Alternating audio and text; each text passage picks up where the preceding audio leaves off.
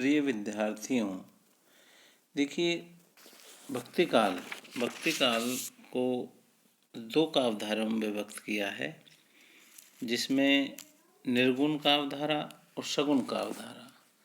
निर्गुण के भी दो भेद किए गए हैं, जिसमें ज्ञानाश्रयी शाखा और प्रेमाश्रयी। ज्ञानाश्रयी शाखा की अपन ने चर्चा की।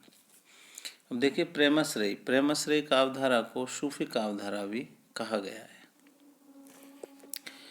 सूफी से क्या तात्पर्य है? सबसे पहले तो हमें ये समझना होगा कि सूफी से क्या तात्पर्य है। सूफी शब्द की व्युत्पत्ति क्या है?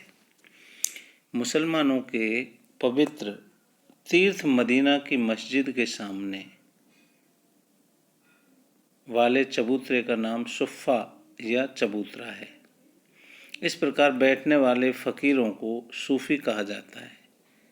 एक मत तो यह है कि मुसलमानों के पवित्र जो तीर्थ मदीना की मस्जिद के सामने वाले चबूतरे का नाम सुफ़ा चबूतरा है। इस प्रकार बैठने वाले जो फ़कीर हैं वहाँ, उनको सूफ़ी कहा जाता है। कुछ विद्वान इसका संबंध सोफिया शब्द से जोड़ते हैं, जिसका अर्थ है ज्ञान। एक अन्य मत यह भी है कि सफ़ा से विकसित है, जिसका अर्थ है शुद्ध एवं पवित्र।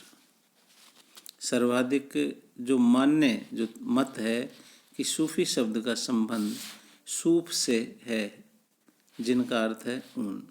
अर्थात सूफी लोग सफ़ेद ऊन से बने हुए चोंगे पहनते थे और उनका आचरण पवित्र एवं शुद्ध होता था। देखिए सूफी मत का स्रोत। सूफी मत इस्लाम धर्म का एक अंग है।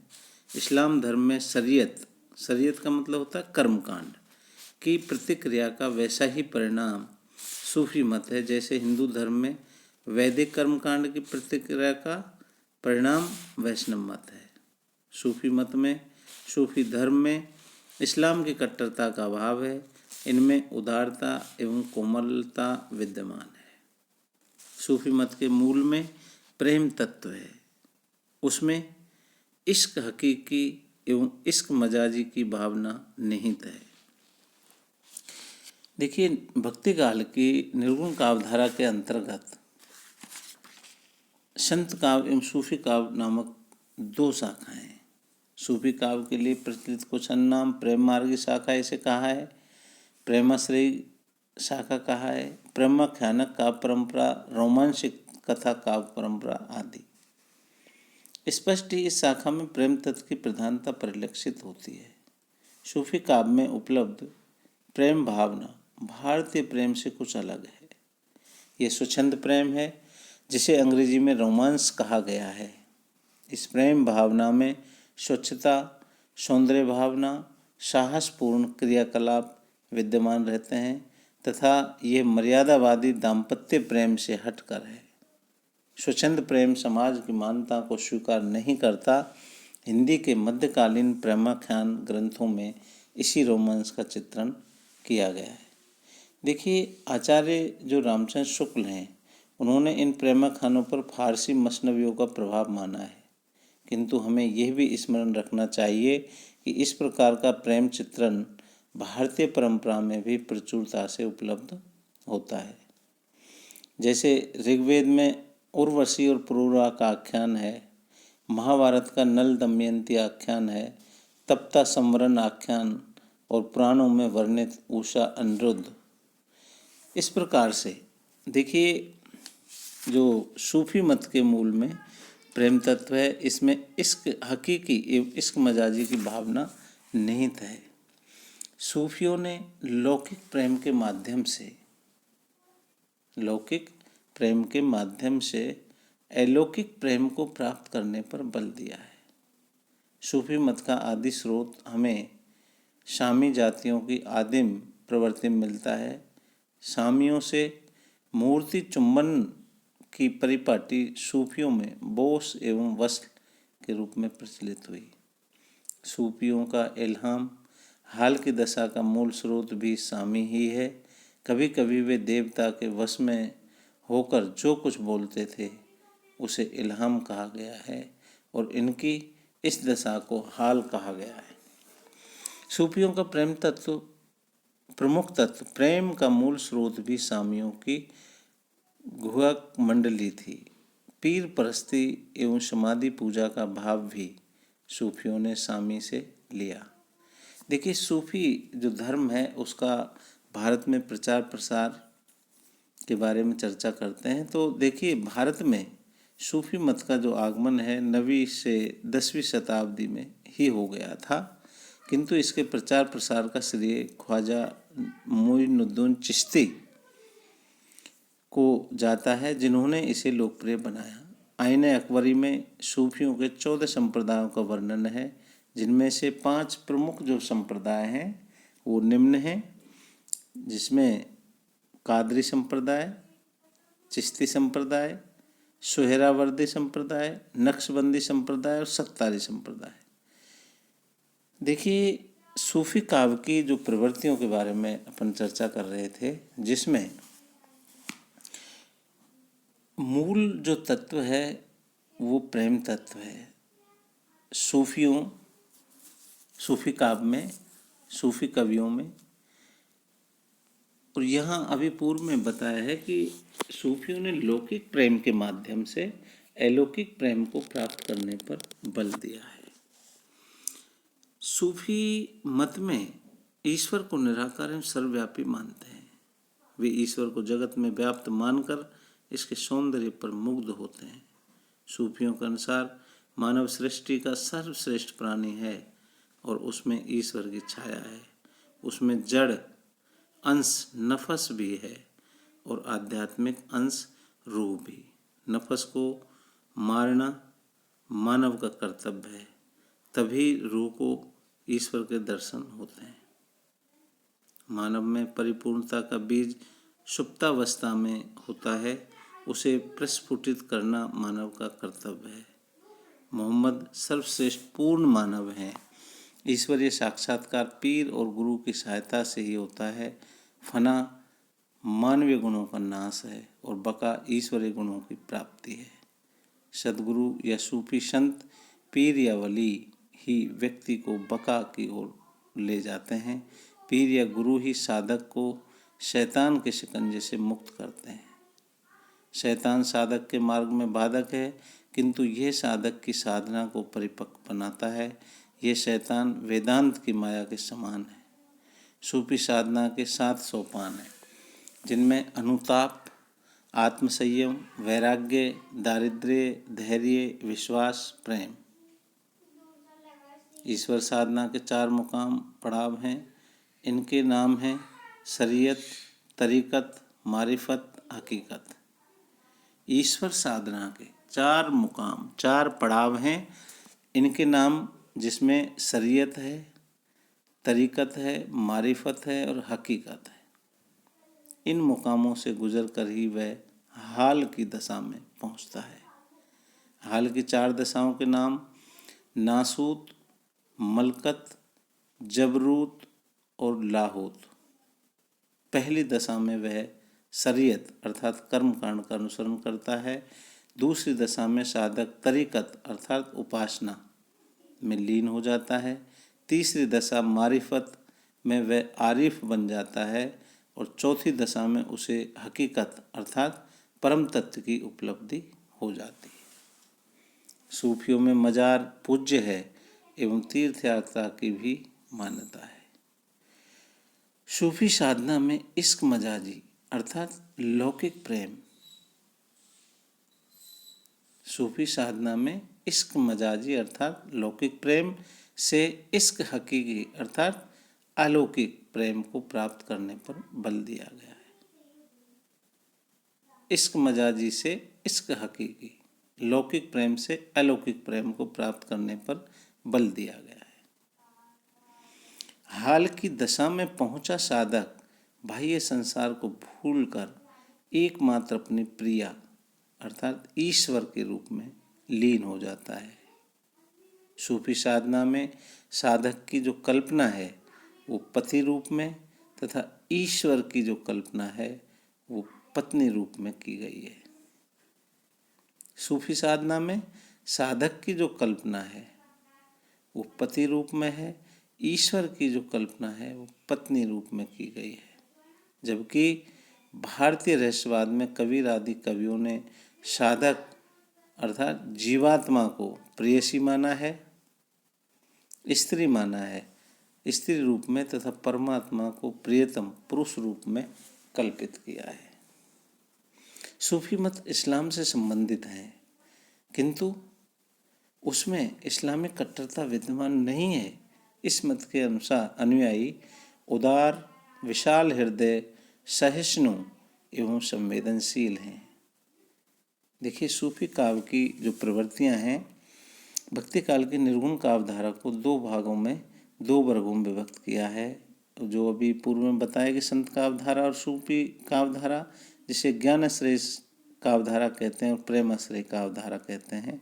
इनमें से प्रथम काव्य धारा का प्रतिनिधित्व करते हैं कबीर, तो द्वितीय काव्य धारा के प्रतिनिधि कवि हैं जायसी।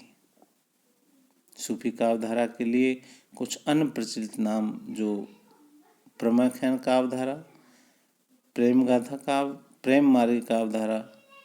डॉक्टर गणपति चंद्र गुप्त ने इस काव्य धारा के लिए एक नया नाम दिया है, रोमांसिक कथा काव्य परंपरा। इन सभी नामों में सर्वप्रसिद्ध नामकरण जो इस धारा के कवियों के लिए सहज स्वीकृत हुआ है वह है सूफी काव्य धारा। इस वर्ग के कवियों ने प्रेम गाथाओं को अपने काव्य का विषय बनाया और प्रेम तत्व के द्वारा ईश्वर प्राप्ति को संभव बताया। प्रेम गाथाओं को सूफी कवियों ने प्रेम गाथाओं को अपने काव्य का विषय बनाया और प्रेम तत्व के द्वारा ईश्वर प्राप्ति को संभव बताया। यहाँ उन्होंने ईश्वर साधक की कल्पना पति रूप में की है और ईश्वर की जो कल्पना है वो पत्नी रूप में की है। देखिए, इसमें जो प्रमुख जो प्रवृत्ति है कि लौकिक से अलौकिक प्रेम को प्राप्त करना। सूफी प्रेमाख्यानों की प्रमुख प्रवृत्तियों का विवेचन देखिए, मुसलमान कवि एवं मसनवी शैली। सूफी काव्यधारा के अधिकांश कवि मुसलमान हैं, परंतु उनमें धार्मिक कट्टरता का अभाव है। इन सूफी कवियों ने सूफी मत का प्रचार प्रसार करने के लिए हिंदुओं के घरों में प्रचलित प्रेम कहानियों को अपने काव्य का विषय बनाया। जायसी ने पद्मावत में जिस प्रेम कथा को लिया है वह राजा रत्नसेन और राजकुमारी पद्मावती की ऐतिहासिक प्रेम गाथा है। इन्होंने चरित काव्यों को सूफियों की मसनवी शैली में प्रस्तुत किया। इस शैली के अंतर्गत वे प्रथम ईश्वर वंदना, हमद, तत्पश्चात हजरत मोहम्मद की स्तुति, नयत, तदुपरांत मोहम्मद साहब के 4 मित्रों की प्रशंसा, मकवत और फिर साहेब तत्कालीन शासक की प्रशंसा मदह की जाती है। इसके बाद गुरु महिमा का निरूपण करने के साथ साथ अपनी आस्थाओं एवं धार्मिक विश्वासों की विवेचना भी की जाती है। हिंदू कवियों द्वारा भी कुछ प्रेमाख्यान लिखे गए हैं, परंतु उनमें इस पद्धति का अनुसरण नहीं किया गया है। प्रेम गाथाओं का नामकरण देखिए, सूफी कवियों ने प्रेम गाथाओं का नामकरण प्राय नायिका के आधार पर किया है।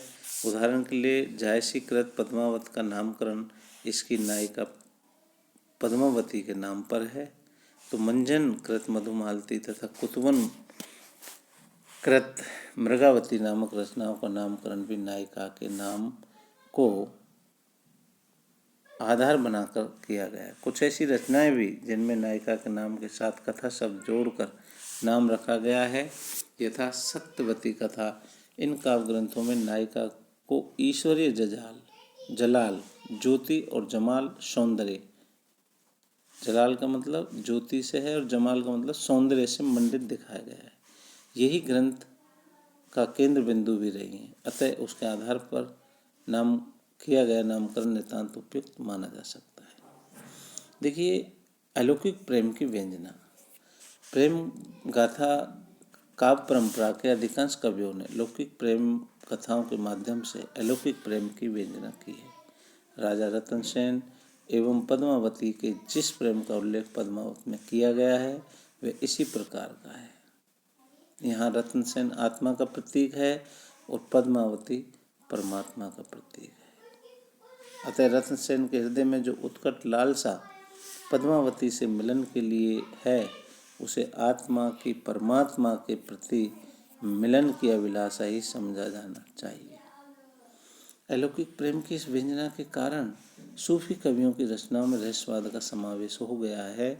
पद्मावत में कथा के बीच बीच में ऐसे अनेक संकेत दिए गए हैं जो पद्मावती को परमात्मा का प्रतीक मानने के लिए बाध्य करते हैं। समासोक्ति और अन्योक्ति के कारण पद्मावत में दोहरे अर्थों की व्यंजना करने वाले अनेक प्रसंग देखे जा सकते हैं। कवि ने इन प्रसंगों की योजना अलौकिक प्रेम की व्यंजना करने के लिए ही की है। उदाहरण के लिए पद्मावती के नक्शिक चित्रण में उसकी दंत पंक्ति की शोभा का वर्णन करते समय संसार के सभी पदार्थों में उस ज्योति को दिखा दिया गया है। रवि शशि नखत दीपई ओही ज्योति रतन पदारत मानिक मोती। आचार्य रामचंद्र शुक्ल ने सूफी कवियों काव्य में पाई जाने वाले रहस्यवादी प्रवृत्ति पर टिप्पणी करते हुए इसे भावात्मक कोटि का रहस्यवाद स्वीकार किया है। यदि कहीं सच्चे भावात्मक दर्शन रहस्यवाद के दर्शन होते हैं तो जायसी आदि सूफी कवियों में। कथा संगठन एवं कथानक रूढ़ियाँ सूफी कवियों में प्रेमाख्यानक प्रबंध काव्य हैं जिनमें कथा तत्व का समावेश है। इन प्रबंध काव्यों के कथा स्रोत भारतीय पुराण इतिहास एवं अन्य लोक प्रचलित प्रेम कहानियाँ हैं। इन कवियों ने जिन प्रेम गाथाओं को चयन किया है वे प्राय एक ही सांचे में डली हुई हैं। कथा वस्तु में अपेक्षित गति न होकर शिथिलता है। वस्तु वर्णन की प्रधानता होने के कारण कथा प्रवाह में व्याघात पड़ा है तथा कहीं कहीं नीरसता भी आ गई है। कथा वस्तु में असाधारण एवं रोमांचक घटनाओं की अधिकता भी दिखाई पड़ती है। देखिए, चरित्र चित्रण लोक पक्ष एवं हिंदू संस्कृति का चित्रण है, भाव एवं रस व्यंजना है, वस्तु वर्णन है, खंडन मंडन का अभाव है, इसमें काव्य रूप है, भाषा एवं अलंकार योजना। प्रमुख सूफी कवि और उनकी रचनाएं, जिसमें सूफी प्रेमाख्यानों में सर्वप्रथम रचना मुल्ला दाऊद के द्वारा रचित, जिसका नाम है चंदायन, जिसका रचना काल 1379 ईस्वी बताया जाता है। दूसरे प्रसिद्ध कवि हैं कुतुबन, जिनकी रचना का नाम है मृगावती। इस ग्रंथ का रचना काल 1503 ईस्वी है। सूफी प्रेम का परंपरा में सर्वप्रमुख जायसी तथा उनका प्रसिद्ध ग्रंथ पद्मावत है। इस ग्रंथ की रचना 1947 हिजरी संवत 1540 ईस्वी में की गई। इसके अतिरिक्त उनके 2 ग्रंथ और अखरावट और आखिरी कलाम। तो देखिए, मंझन कृत मधुमालती का भी सूफी प्रेमाख्यानों में महत्वपूर्ण स्थान है। इनके अतिरिक्त उस्मान की चित्रावली, शेख नबी ने ज्ञानदीप, हंस जवाहिर की नूर मोहम्मद ने इंद्रावती और अनुराग बांसुरी तथा शेख निसार ने नूर मोहम्मद ने इंद्रावती और अनुराग बांसुरी, शेख नबी ने ज्ञानदीप एवं हंस जवाहिर और शेख निसार ने यूसुफ जुलेखा नामक प्रेम गाथाएं लिखी।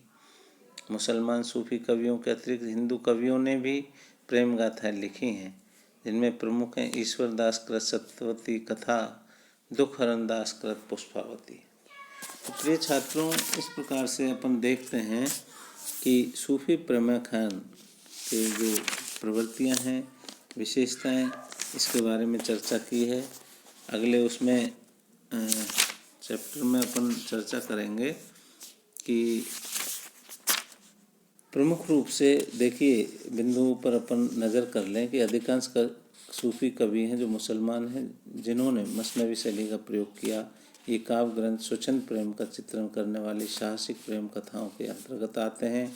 प्रेमाख्यानों का नामकरण प्राय नायिका के नाम पर किया गया है।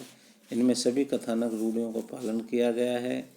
ये रूढ़ियाँ स्वप्न दर्शन या चित्र दर्शन से प्रेम उत्पन्न करना, मंदिर या उपवन में नायक नायिका का मिलन, अलौकिक शक्तियों द्वारा सहायता, उड़ने वाले राजकुमारियाँ आदि। लोक पक्ष एवं हिंदू संस्कृति का चित्रण प्राय सभी प्रेमाख्यानकों में है। श्रृंगार रस की प्रधानता तथा वस्तु वर्णन प्रमुख हो गया है। खंडन मंडन की प्रवृत्ति का अभाव है। अवधी भाषा का प्रयोग किया गया है तथा दोहा चौपाई शैली भी इसमें है।